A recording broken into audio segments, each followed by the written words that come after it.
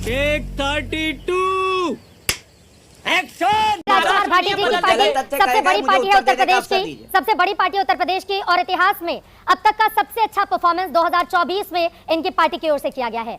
जब सबसे ज्यादा सीटें राजकुमार भाटी जी आपको मिल रही हैं लोकसभा में 2024 में, तो लोकतंत्र खतरे में कैसे हो गया राजकुमार जी? चित्रा बहुत तेज हो रहा है। आज एक तो हमें इस धारणा से बाहर निकलना चाहिए कि 5 साल में एक बार चुनाव की रस्म अदायगी कर देना ही लोकतंत्र है। लोकतंत्र केवल इतना नहीं होता। लोकतंत्र सत्तारूढ़ पार्टी के एक एक व्यवहार में, एक एक कदम में, एक एक शब्द में झलकना चाहिए। और लोकतंत्र के जो 4 स्तंभ बताए गए हैं, कार्यपालिका, न्यायपालिका, विधायिका और मीडिया, इन चारों के अंदर लोकतंत्र दिखाई देना चाहिए। जिस तरह की भाषा आज बोली जा रही है, सत्तारूढ़ पार्टी के प्रवक्ता विपक्ष के नेता को कह रहे हैं कि हमारे हृदय में सूल की तरह चुभते हैं।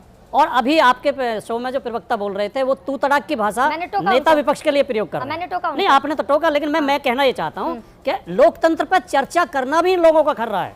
राहुल गांधी ने खाली लोकतंत्र पर चर्चा ही तो की है, तो लोकतंत्र पर अगर चर्चा भी हो रही है वो भी कर रहा है, तो इससे सिद्ध होता है कि लोकतंत्र खतरे में है। लोकतंत्र भारत में लोकतंत्र के ऊपर खतरा है।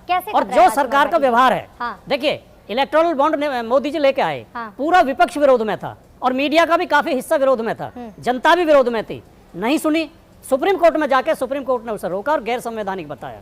अभी पीछे बिहार में एसआईआर की प्रक्रिया चल रही है, लगातार सारे विपक्ष ने आवाज उठाई कि इसमें आधार कार्ड को आप क्यों नहीं मान रहे हैं, मान्यता क्यों नहीं दे रहे हैं। सरकार ने नहीं सुनी, उसे भी फिर सुप्रीम कोर्ट ने लागू किया। वक्फ बोर्ड का बिल लेकर आए, उसमें भी सुप्रीम कोर्ट ने अमेंडमेंट किया। कृषि बिल लेकर आए थे, 3 कृषि बिल, उनके खिलाफ किसान 13 महीने तक दिल्ली के बॉर्डर पर बैठे रहे। पहली बात तो उन्हें राजधानी में नहीं घुसने दिया और उन्हें लगातार आतंकवादी बताते रहे, खालिस्तानी, पाकिस्तानी, और फिर वो बिल वापस लेने पड़े। बात तो सही है। ये होता है कि लोकतांत्रिक प्रक्रिया मजबूत नहीं है, लोकतंत्र में कुछ कमजोरी है। अभी जो बिहार में महिलाओं के लिए महिलाओं के खाते में पैसे भेजे गए 10,000 रुपए, चुनाव सिर पे है और मोदी जाके भाषण दे रहे हैं, मोदी जी बिहार में, कि मैं महिलाओं से अपील करूंगा कि वो बीजेपी को जिताने की व्यवस्था करें। सीधे सीधे रिश्वत दी जा रही है और चुनाव आयोग चुप है।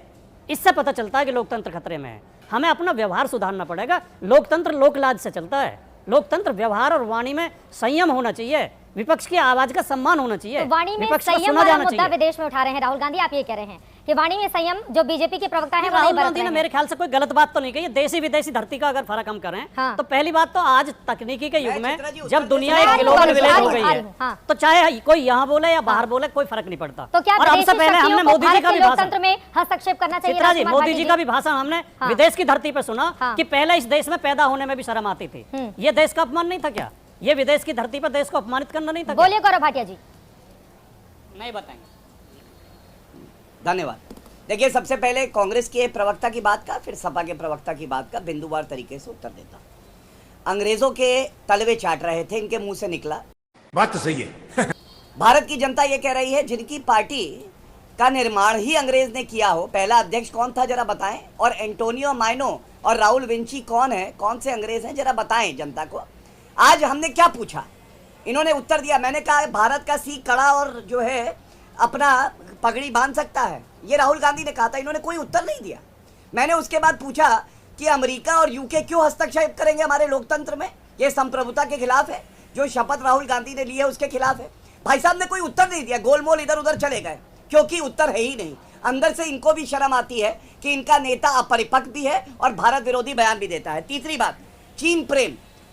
आपको मालूम है चित्रा जी, विदेशी भूमि पे राहुल गांधी ने क्या कहा? उसने कहा चीन जो है वो एक बहुत ही पीसफुल, मतलब अहिंसा वाला देश है। मतलब भारत में लोकतंत्र